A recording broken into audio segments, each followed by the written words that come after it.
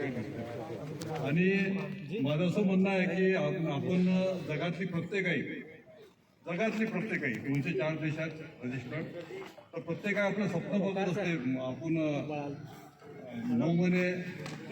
9 दिवस आईच्या पोटात आपण असतो, तो ती स्वप्न बघत असते की आपला मुलगा ओरिजिनल आणि म्हणजे महान निघेल म्हणून. तर त्या आईचे स्वप्न मला पूर्ण करायचे. मेरे को मेरे माँ को हिसाब देना है कि मैंने जिंदगी में आया तो मैंने क्या किया करके, तो वो माँ का सपना मैं पूरा कर रहा हूँ। और जो भी मेरे आंखों को दिखेगा उसको मैं ये करूँगा ही। क्या उनसे मेरे कविता में आएंगे, मैं किसको डरता नहीं, डरा भी नहीं मैं कभी, और कुछ भी नहीं। अभी गुजरात हत्याकांड हुआ था, तो गुजरात हत्याकांड के ऊपर मैं जेरबंद करके मेरा एक कविता संग्रह है कि इतना भयानक हत्याकांड हुआ वहाँ पे, तो उस पर मंसूर एजाज जोश का एक ये आया है, आवाज़ जरस करके आया। तो वो कविता मेरे को इतना पागल कर गई कि आदमी ऐसा कैसा कर सकता था गुजरात हत्याकांड के ऊपर। फिर बाद में मेरे को गवर्नमेंट ने बुलाया था उधर कि वो क्या क्या हुआ। गवर्नमेंट ने था, वहाँ की एक संस्था ने बुलाया था कि गुजरात में किस टाइप से कैसे हत्याकांड हुए करके। तो मैंने आके वो फिर उसमें वो अनुवाद किया मैंने वो कविताओं का, और वो कविता बहुत चली कि मी भारतीय मुसलमान, अन्य कुठल्या गोळीने मरण्याचा अधिकार माझा नहीं है, आणि किसी के मैं गोली से नहीं मरूंगा। मैं भारतीय मुसलमान, मैं किसी के गोली से नहीं मरूंगा, मैं सिर्फ हिंदुस्तानी आदमी के हाथों की गोली से ही मरूंगा। इस टाइप की उनकी कविताएं हैं। तो मैंने वो अनुवाद किया और काफ़ी चला वो अनुवाद। अभी आपके यूनिवर्सिटी में भी लग गया हूँ, और नागपुर यूनिवर्सिटी में वो अनुवाद लगा है। तो मुझे ऐसा लगता है कभी कभी कि ये यूनिवर्सिटी वाले में ये कविता पढ़ी नहीं है, ऐसा मुझे लगता है, क्योंकि इतनी डेंजर कविता है ना वो, तो मुझे नहीं लगता कि यूनिवर्सिटी इसको लगा सकेगी।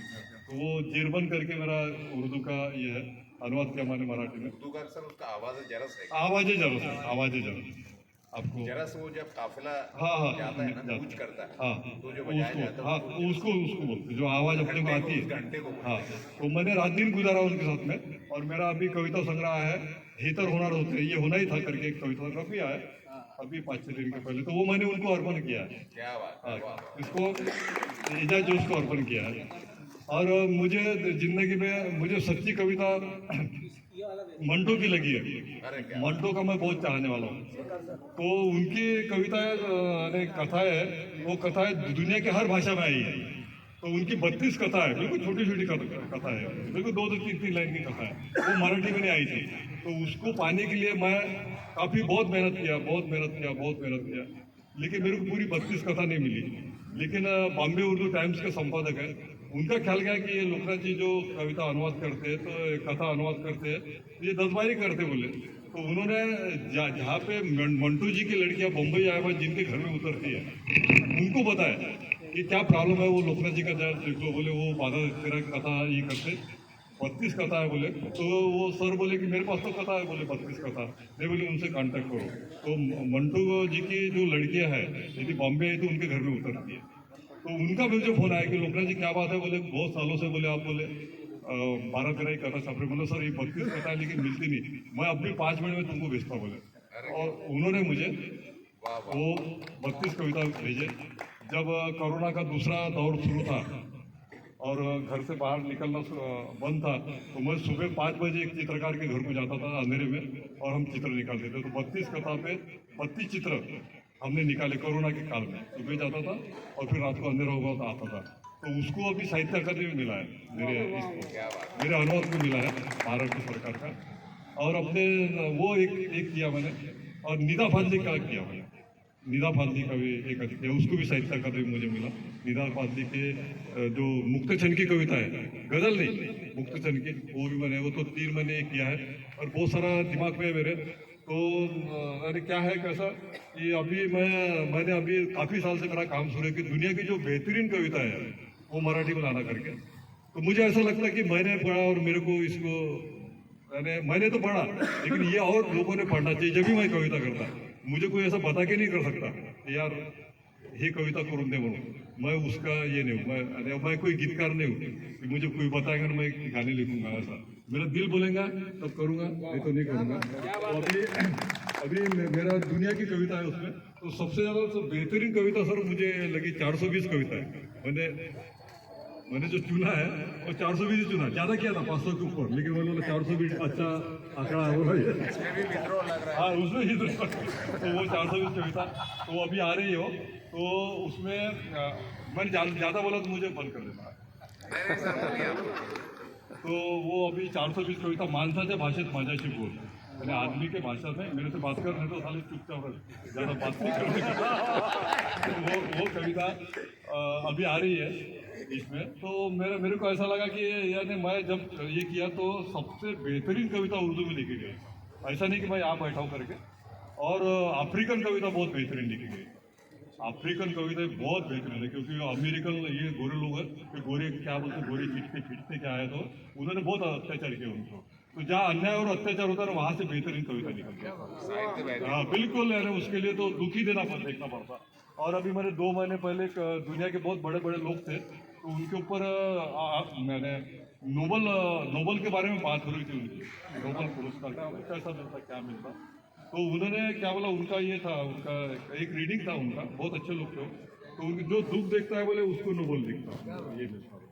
तो अभी दुख कौन देख रहा सर, जो विस्थापना भोग रहे ना सर, उसमें मुस्लिम कंट्री जाता है, बेचारे एक गांव में नहीं रहते, आज यहाँ रहेंगे तो परसों साल दूसरे गांव में रहेंगे, और एक गांव में नहीं रह सकते, तो वो अभी बच्चे देख रहे हैं सर, वो जो दुख है ना विस्थापना का दुख, वो बच्चे देख रहे हैं, और बच्चे भी देख रहे हैं, वो अभी 20 साल के बाद में लिखेंगे, 25 साल के बाद में लिखेंगे। जो आएगा सब हाँ तो वो जब देखना बोले, वो आदमी बोल रहा था, इंग्लिश आदमी था वो, देखना बोले 25-30 के साल के बाद में पूरे नोबल बनना बोले, ये उर्दू साहित्य को जाएंगे पूरे बोले, क्योंकि वो बच्चे दुख देख रहे बोले, तो नोबल के लिए दुख देखना बहुत आवश्यक है। तो ऐसा होता सर, तो मुझे ऐसा लगता था कि भाई मैंने क्या बोलते मंटू जी की कविता किया अनुवाद, तो उनके लड़कियों की मेरा ये जाना चाहिए, मेरा ये किताब है उनके लड़कियों के हाथ में जाना चाहिए। मैंने बहुत कोशिश किया, तो मेरे ख्याल में ऐसा है कि काफ़ी भारत की क्या बोलते हैं डाक व्यवस्था, ये पाकिस्तान नहीं जाती सर, नहीं जाती सर, ये अभी मुझे मालूम है, अभी 1 साल पहले। तो फिर मैंने बोला कैसा क्या करना, ये उनके लड़कियों के हाथ में तो जाना चाहिए था, मराठी में भी अपनी पिता जी का अनुवाद आएगा। तो फिर मेरे को एक बहुत अच्छे इंसान मिले, वो बोले यार बोले जो बड़ी लड़की है बोले उसका लड़का बोले दुबई में रहता, और उसको भेज दिए बोले, और बोले मेरा एक दोस्त है उसको हर महीने मिलता बोले, वो ये नौकरी उनकी, तो बोले यार उनको वो तीनों किताबें दे दो।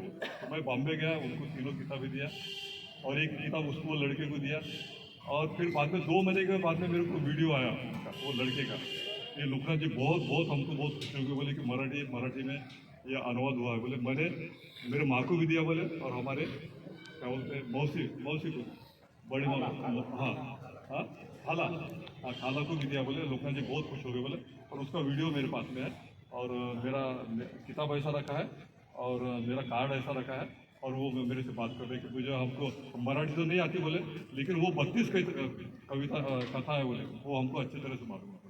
तो बोले बहुत खुशी होगी, बोले मेरे लिए बहुत बड़ी बात है कि मंटो का एक आदमी यानी इसका नाते वाला, वो उसका निरूप आया मेरा।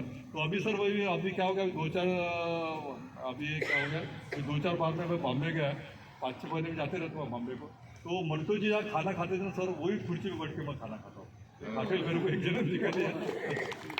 तो मंटो जी जहाँ खाना खाते ना, तो ये बॉम्बे उर्दू टाइम के संपादक है, उन्होंने बोले कि मंटो यहाँ खाते थे, तो हम कोई खाना खाते ना, हम जाते जब खाना खाते ना सर, कोई खाना खाते हम रुकते सर बाहर, 1-1 घंटा रुकते कि वो कुर्सी खाली कर देते, और मैं तो मुझे बहुत अच्छा लगता, और इतना मतलब महान आदमी था मंटो जी, बहुत महान थे। तो उसका थोड़ा भी थोड़ा सा इतना सा भी आ जाए ना हमारे शरीर में, तो सारा सवाल हो जाए हमारी जिंदगी। तो ऐसे शुरू है सर। हाँ रफ़ी साहब के लड़कियों ने भी मेरा सत्कार किया सर, ये मेरे को यहाँ के सांस्कृतिक मंत्री है शेलार साहब, उनके सेक्रेटरी ने मेरे को 5 स्टार में बुलाया, लोकनाथ जी आ जाओ बोले मिलने के लिए, बोले तो वो मेरे दोस्त को मिलने के लिए, उनका कोई संबंध नहीं था मेरे साथ।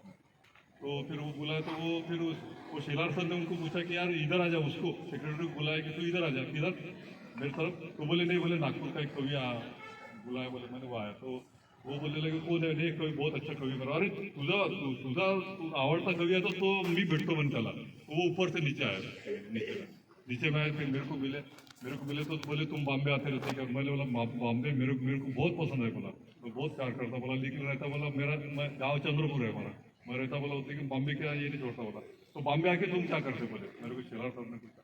तो मैंने बोला मैं सबसे पहले वाला रफी साहब के घर को जाता हूँ बोला और दर्शन लेता हूँ बोला उनके। मेरा हमेशा क्या है सर, उनका घर का ये करने का और निकलने का अपने काम। क्या बात। तो बोले क्यों, बोले मैंने सर वो अलग ही बात है, वो शब्दों में नहीं बयान होती। तो फिर बाद में फिर बोले दूसरा काम क्या करते बोले, तो मैंने बोला दूसरा काम मैं ये करता, मैं समुद्र के सामने जाके खड़ा रहता बोला, समुद्र के सामने जाके खड़ा रहता। तो क्यों बोले, तो मैंने बोला समुद्र के सामने खड़े रहते तुम, तुम्हारी औकात तुमको मालूम होती बोला, तुम कुछ भी नहीं जैसा शायने बना मत कर दो या आइंस्टाइन होके गए, नील आर्मस्ट्रांग हो गए जो चांद पे गए, तू ज्यादा शायने बना मत करते जा, तो अपनी औकात में रहे। तो मैं समुद्र को देखते रहता हूँ। तो ऐसा हो गया। तो वो बोल रहे हैं कि रफी साहब को चाहने वाले हम अपन दोनों ही है बोले, वो शेलार साहब बोल रहे थे। तो मैंने लोग कैसे क्या सर, नहीं बोले तुम चाहने वाले तुम उनके घर का दर्शन लेते और मैं चाहने वाला हूँ। मतलब तुम कैसे क्या सर चाहने वाले, तो नहीं बोले मैं हर साल रफी साहब का के जन्मदिन पे 2 लाख रुपए देता हूँ बोले, एक संगीतकार को देता हूँ बोले और एक बोले गायक को देता हूँ 2 लाख रुपए, और इस वक्त तुमको आना है बोले। तो उन्होंने रफी साहब के लड़कियों को बताया कि भाई एक नागपुर में एक लड़का रहता है, लड़का ही समझ लो, लड़का बोलता खुद को अच्छा रहता है क्योंकि देवानंद को मैं बहुत चाहता हूँ। एक लड़का रहता बोले वो यहाँ पे आता और तुम्हारे घर का दर्शन लेके चल जाता, वो कुछ बोलता है। फिर उनके लड़कियों ने बोला कि नहीं सर बोले उनको बुलाओ, फिर मेरे को बॉम्बे उन्होंने बुलाया। तो ऐसी बातें हैं सर। तो वो शेलार सर ने सब मेरी कविताएं पढ़ी, बिल्कुल मेरे को बैठा के 5 स्टार में पढ़ी कविता, और क्या कविता क्या। तो फिर आखिर में मुझे बोलते की लोकनाथ हे तू हे सगळ्या कविता तुला माझ्यावर लिहिल्या बोले, शेलार साहब बोल रहे मेरे को। मतलब सर ऐसा कैसा, बोला तुम्हारी मेरी मुलाकात आज भी होगी बोला 1 घंटे पहले, चाय भी बोला आपण ने, तुमची माझी मुलाकात पे नहीं सगळ्या माझ्यावरच्या कविता आहेत। म्हटलं नहीं सर, म्हटलं ये कविता तुम्हारे ऊपर है ही नहीं बोला, ये सिस्टम के ऊपर में है बोला, सिस्टम में क्या चल रहा है, क्या बदमाशी चल रही।